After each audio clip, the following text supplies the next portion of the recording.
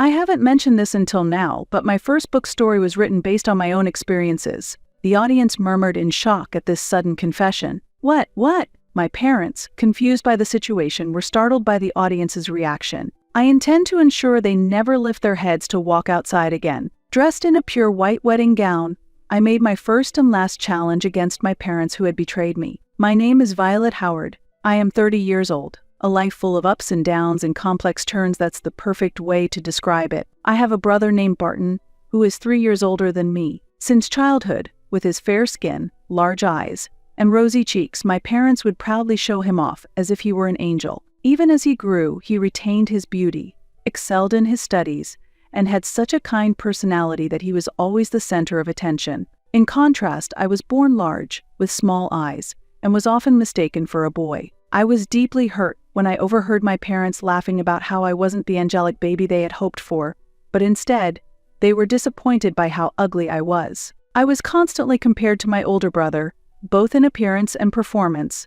only having my faults and failures pointed out, never receiving any praise. Over time, I was tasked with most of the household chores, and my clumsiness would only anger my mother, who did nothing but scold me. My father, often away on business trips, showed little interest in me even when he was home, simply following my mother's orders without ever standing up for me. Although he didn't express anger like my mother, he never initiated conversation and treated me as if I didn't exist. When the family went out, they would leave me behind, saying things like, "Your test scores haven't been good, so stay home and study, or there's laundry piling up, so stay and do it." My brother, tall and slender with a refined face, was clearly different from me, as I was chubby and short. Covering my face with long bangs and walking with a stoop, I felt like an embarrassment for my parents to be seen with in public. Barton was the only one who was kind to me, realizing early on that our parents' treatment towards me was wrong, and he protected me, but that did not improve how I was treated within the family. When Barton was preparing for the entrance exam of a prestigious private middle school,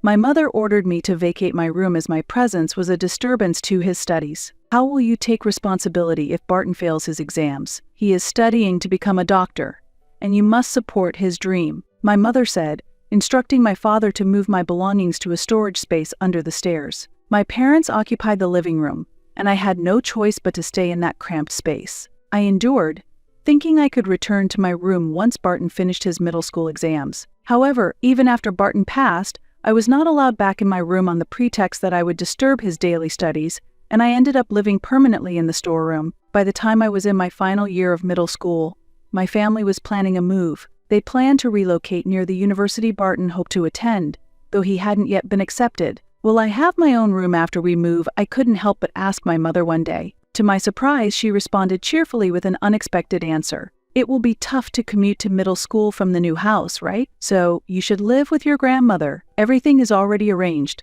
What I was shocked, yet it was somewhat expected. With a successful son like Barton, my parents seemed to need nothing else. I always felt like an excess presence in the family, one that might be let go of someday. "Can I live with you again after I graduate from middle school?" I asked with a glimmer of hope, but my mother coldly replied, "No, your grandfather can't move now, and it's too hard for your grandmother to care for him alone. She's getting old, so you should help her," she said. If that was the case, why couldn't my mother take care of her own parents? Knowing that voicing my thoughts would only provoke anger, I had no choice but to keep silent. "So, there's no need for you to go to high school. Caring will keep you busy.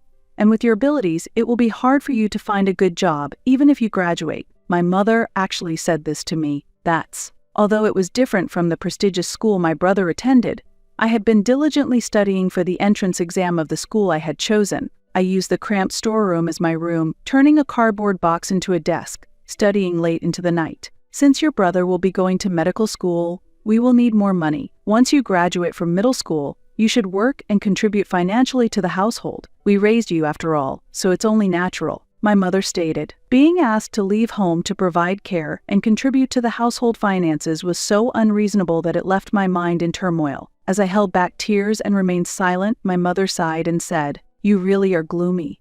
I dislike that damp disposition of yours. Why can't you be more like your brother?" Not speaking also seemed to anger my mother. I was constantly compared to my brother and felt a disappointment to her. I felt, as I always had, that there was no place for me in this house. I realized that going to my grandmother's house was the only option left for me. On the day before the family was to move, I decided to go to my grandmother's house. There was a conflict within the family when my brother tried to stop me, but I left the house as if fleeing from the situation. Carrying a few belongings, I took several trains to reach my grandparents' home. As a child, I used to visit frequently with my brother, but since middle school, my grandfather had become bedridden, and my mother had forbidden me from visiting. My grandfather was a bit stern but a quiet man, and I felt at peace in his calm presence. My grandmother was extremely kind, unbothered by small matters, and had a warm heart that accepted everything. Both of them showed equal affection towards us grandchildren, and their home had always felt like a safe haven for me. Upon my arrival, my grandmother was already waiting for me at the entrance.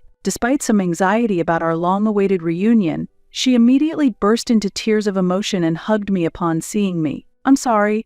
I've told her many times, but your mother has always been stubborn and won't listen. It's unforgivable for a parent to drive out their own child," my grandmother explained. Her words conveyed her numerous attempts to reason with my mother about this issue. But expecting more from parents who showed no interest in me was pointless. They were willing to sacrifice me for my brother's tuition and to support the household financially. Being with people who could show love was surely a way to a happier life. I decided to cut ties with my parents and stay at my grandmother's house until I graduated from high school. I was also prepared to care for my grandfather, but he passed away shortly after I moved in following a rapid decline in his health. Initially overwhelmed with grief, my grandmother said, "Having you here has saved me," and gradually began to smile again. Together we cooked, shopped, and shared laughs over daily occurrences, finally experiencing the warm, family-like moments I had longed for. As life settled and I found some peace of mind, I began to take care of my appearance, exploring makeup and hairstyles. My once chubby physique slimmed down as I grew, and I attained a slender figure like my brother. With my improved appearance, I said goodbye to my middle school self, made new friends, and enjoyed a fun high school life. Though I worked part-time to avoid burdening my grandmother, my mother occasionally called demanding money. Thanks to my grandmother standing firm, those demands eventually stopped, but I couldn't forgive my mother's actions. When I graduated from high school, my grandmother handed me a bank book, saying, "This is what you've earned, so use it for your future." Thanks to her saving my earnings from part-time jobs, I had the opportunity to consider a broader perspective for my future. After that, I planned to move to New York, desiring a typical urban life while testing my capabilities. Above all, I wanted to earn enough to express my gratitude to my grandmother. When I told her about my plans to move to New York, she smiled and agreed wholeheartedly. As she hugged me with her frail hands, my grandmother said, "It'll be lonely, but your independence is for your own good. You are a strong and kind-hearted grandchild, and I will support you no matter where you are. If you ever have any trouble, contact me immediately, and I will come to you." Grandma, thank you so much. I'll do my best. With the warmth of family and unconditional love my grandmother taught me, I vowed to become a respectable adult and repay her kindness. 8 years have passed since then. Now, I live a busy but fulfilling life as a young, notable novelist. Initially, when I moved to New York, I worked a clerical job at a small company while writing novels as a hobby. Writing had become a daily routine for me, a way to escape to different worlds since I didn't have a place at home. I repeatedly edited what I considered my best manuscript and mustered the courage to submit it to a Newcomer's Literary Award. Winning the grand prize led to my debut as an author. Since then, with a bit of luck and a lot of support from others, I have consistently produced hit works. I thought living solely for my work wasn't bad, but then I met someone special in my life. After a year of dating a partner I met through a friend, we decided to get married. I had been skeptical about marriage due to my harsh family background, but his kindness and understanding of my past encouraged my decision. My life was full, both professionally and personally, and just as I was about to start anew and try to forget the bitter memories of my childhood, my mother suddenly appeared. "Violet, oh, how beautiful you've become," she exclaimed. It happened just as I stepped out of the entrance of the condo I live in, a sudden encounter after 8 years. It felt as if a stranger had bumped into me. My mother was like someone I was meeting for the first time. She hugged me tightly and began to talk tearfully with exaggerated gestures. "It's been so long. I just had to see you. I got your address from Grandma. I'm so happy to see how wonderfully you've grown," she said. I felt uncomfortable with her demeanor, and my skin crawled at her touch. "I had heard from Barton that you became a writer, but I had no idea you were successful enough to live in such a fabulous condo. You must be doing quite well. How much are you earning?" Her sudden reappearance and probing questions only highlighted her unchanged nature, raising the old discomfort and suspicions about her intentions. Seeing my mother immediately start a conversation about money during our long overdue reunion reminded me that she hasn't changed a bit. The reason I used a pen name was because I didn't want to share the same last name as my parents. And you're getting married, right? I heard it's to a doctor. Really impressive. I'd love to hear more about him, my mother said. It was the first time I heard praise from her, but it was only about my fiance's profession. Barton already has his own family and says he can't spare more money for us. After all the money we spent to help him become a doctor, he only thinks about his own family. Such an ungrateful person. But you don't have children yet, and you must have some financial leeway, right? Ever since Barton stopped helping, we've been struggling. It's only natural to have one's own family. It's unreasonable for my brother to ignore his own life and continue supporting our parents. I knew from my grandmother that my grandparents had actually provided substantial help for my brother's education. Seeing my self-centered mother brought back bitter childhood memories. And then I thought, now that I'm an adult, I feel the perfect timing for revenge on these toxic parents has arrived. I intend to inflict a thorough social punishment on them, ensuring they never dare show up before me again. Well, but I can't decide on financial matters alone. I'll have to discuss it with my husband, I said. Oh, thank you. You really are my sweet child, my mother exclaimed happily. Seeing her trying to ingratiate herself, I forced a smile while suppressing my disgust, and continued the conversation. Actually, my wedding is next week. My grandmother was supposed to attend in place of my parents, but I really want you to come too. I'll introduce you to my new family. Oh, is that so? You shouldn't call your grandmother for our role. We should properly play our role as parents, my mother said. It was hard to endure my mother's words belittling my beloved grandmother, but it was the time for me to be patient. The following week, this person would no longer be able to act superior, nor would she be able to walk outside with her head held high. My grandmother was surprised when I told her that my mother had visited and what she had talked about. She was upset because she had not given my mother the address. Indeed, it had been so long since we'd been in contact, so her sudden visit was suspicious. She must have sneaked a look at your contact information, she deduced angrily. As we discussed the special plans for the wedding, my grandmother eagerly agreed and was happy to support my proposals. On the day of the ceremony, both my father and mother appeared at the venue. Meeting my father again after such a long time didn't evoke any special feelings. I merely noted that they had aged. They seemed uninterested in me and had come merely following my mother's lead, unchanged and predictable as ever. I had previously introduced them to my husband and in-laws. Since my husband and in-laws only knew that I had been out of touch with my parents, they were surprised by their appearance but welcomed them. At the venue, we hastily set up a specific table for my parents. Instead of the usual round tables, a rectangular table usually used at the reception was placed at the very front center. It was decorated with a white tablecloth but was clearly makeshift, equipped with ordinary folding chairs. This seating arrangement was something I had specifically requested to be made, and it attracted a lot of attention. Unfortunately, I was still getting ready at the time, and didn't see their initial reactions, but my grandmother filled me in later. Ah, my mother exclaimed in surprise. What's the meaning of this? Why are we the only ones at such an embarrassing table? She complained to the venue staff. My grandmother tried to soothe her. It was a last-minute change, so it was unavoidable. Eventually, my parents were seated in the best seats at the front and center of the stage. People around them looked on curiously, but my vain mother mistook their gazes for envy and quickly adjusted her attitude, declaring, "Well, I'll endure it and sit here." My father showed no particular interest and immediately reached for a drink as soon as he sat down. For my shameless parents, even a poorly spotlighted seat seemed to pose no issue. The ceremony proceeded smoothly. Seeing my grandmother tear up and beam with joy at my appearance in the wedding dress made the whole event feel profoundly meaningful. During the highlight of the ceremony, when I read the letter of thanks to my grandmother, my mother initially objected to me reading it in front of the guests. However, I assured her, "There will be a time at the end for you and Dad to be introduced, so please listen carefully until then," convincing her to stay seated. While I read the letter, my parents showed no emotion and sat looking bored. There seemed to be no sense of reflection on their part about the hardships their child endured because of them. But that was fine. If they were indifferent, I would not hold back. I was no longer the little child who could do nothing but cry. As a final point, "Let me introduce my parents," I said, raising my eyes from the letter to ensure they were looking, then nodded for them to come forward. As my parents eagerly stood and walked towards me, I continued speaking. What I have not disclosed until now is that my debut novel was inspired by real-life experiences. At that moment, the venue erupted into murmurs. What?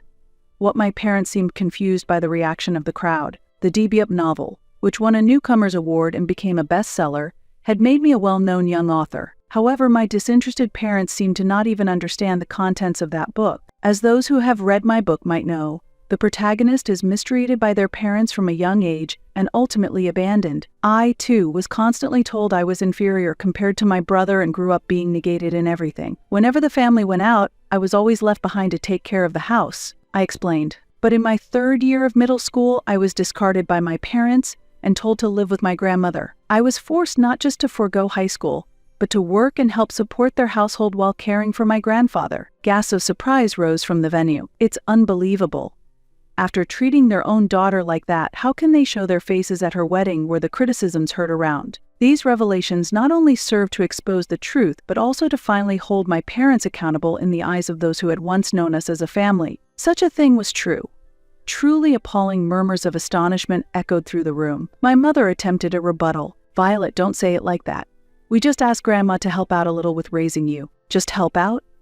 At 15, I was driven out of the house with no support for living or education expenses. What you did was simply offload your responsibilities onto Grandma. That's unforgivable, both as a parent and as a daughter, I countered sharply. My mother, lost for words, fell silent. Just like the protagonist in my book, I too faced hardships. I didn't break down because I always had Grandma who supported and loved me. My gratitude for her is what got me through. Now, coming to me for money after all this time, I will no longer call you my parents from this point on. Please disappear from my life. With that, I made a firm declaration to my parents and poured out all my feelings, resounding through the venue. Among the audience were journalists from newspapers and magazines connected to us. Seizing the opportunity, I asked them to write about today's events and to broadcast it widely to the public. I've held back from making this public before, but now I feel it's important to expose such toxic parents to prevent other children from suffering the same fate. Also, I want to convey a message that no matter how harsh the environment, there are always people around who will support you, and that never giving up can open new paths. My call received a round of substantial applause from the audience. Camera shutters clicked as the reporters began taking pictures of my parents. Stop it. Don't take pictures, my parents panicked, covering their faces with their arms. Barton, help. Everyone is misunderstanding us as bad parents. Tell them properly.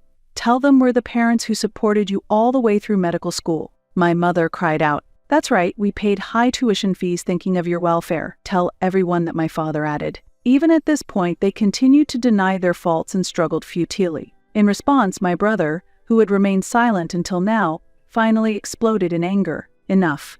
Be quiet, he shouted across the hall, reprimanding our parents. His forceful intervention silenced them, marking a definitive end to their attempts to sway public opinion in their favor at the wedding. The narrative of my story, underpinned by their response, stood vindicated in the eyes of all present. With a sudden scream, my mother collapsed to the floor in shock. My father stood frozen, his mouth agape in astonishment. Seeing my usually calm and gentle brother raise his voice and yell was a sight that surprised not only our parents but everyone around. Graduated me from medical school? Your true intent was to have me earn as a doctor. I had different dreams, but you dismissed them as unprofitable and forced the path of a doctor on me. Day in and day out, you pressured me, saying we're even going into debt for this and your sister is enduring for your sake, only adding to my suffering as a child. My brother revealed. His confession shocked me. He too had been struggling alone under our parents' pressure. When Violet was kicked out, I truly wanted to go with her and escape to Grandma's. I was worried about Violet and wanted to leave the house too, but Grandma stopped me, saying, "Don't abandon your situation for your parents. Do it for your own future."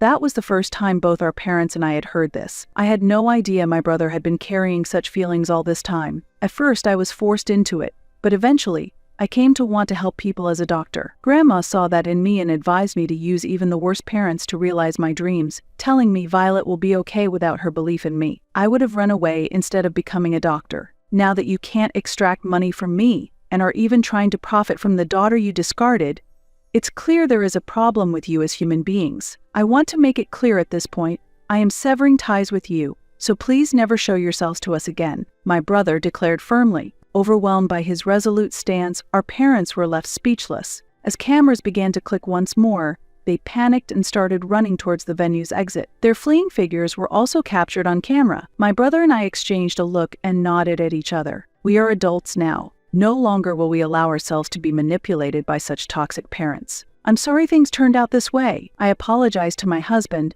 who had quietly observed everything. He smiled kindly in return. I am truly grateful for his acceptance and support of the plan. If it means you are freed from your past, then it's all worth it, Violet. And your brother was impressive too. He encouraged me. My husband, 7 years older than me, has always been a pillar of support, offering the words I needed. Thank you. I expressed my gratitude. 8 years since leaving home, I had overcome many challenges and finally built a family and home with someone I truly cherish. I am deeply grateful for this happiness. 7 years after the wedding turmoil. Now at 30, I am blessed with a 6-year-old son and a 4-year-old daughter.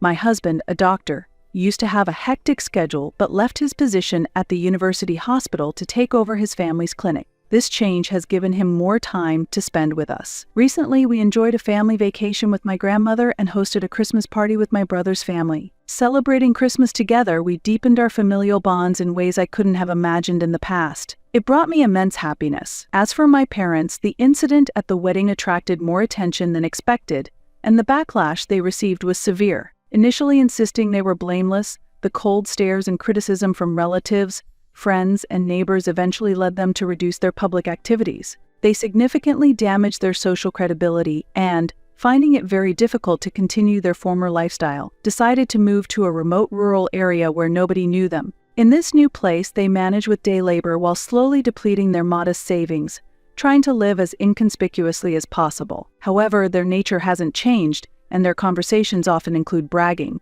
clearly taking pride in their urban origins, which makes it hard for them to fit in with the local community. I heard about their situation from a trusted journalist friend, and many now know of them as my toxic parents who stirred public uproar. I am convinced that cutting ties with them was a wise decision. Achieving my goals of ensuring they could not raise their heads to go outside and never appear before me again especially brought me a great sense of relief. Meanwhile, the unexpected turn of events at the wedding not only made headlines but also brought renewed attention to my debut novel, leading to an unexpected and exciting opportunity for it to be adapted into a drama. Though I wasn't fortunate with my parents, I am blessed with a wonderful brother and a loving grandmother. Now I am building a happy family life with my loving spouse, surrounded by our delightful children. I couldn't ask for more happiness than this. Tomorrow is Grandma's birthday, so let's make lots of special dishes. I called out to the children playing in the yard, and they all cheered in joy. At that moment, their bright, shining smiles and hearty laughter warmed my heart further, deepening my love and appreciation for my family.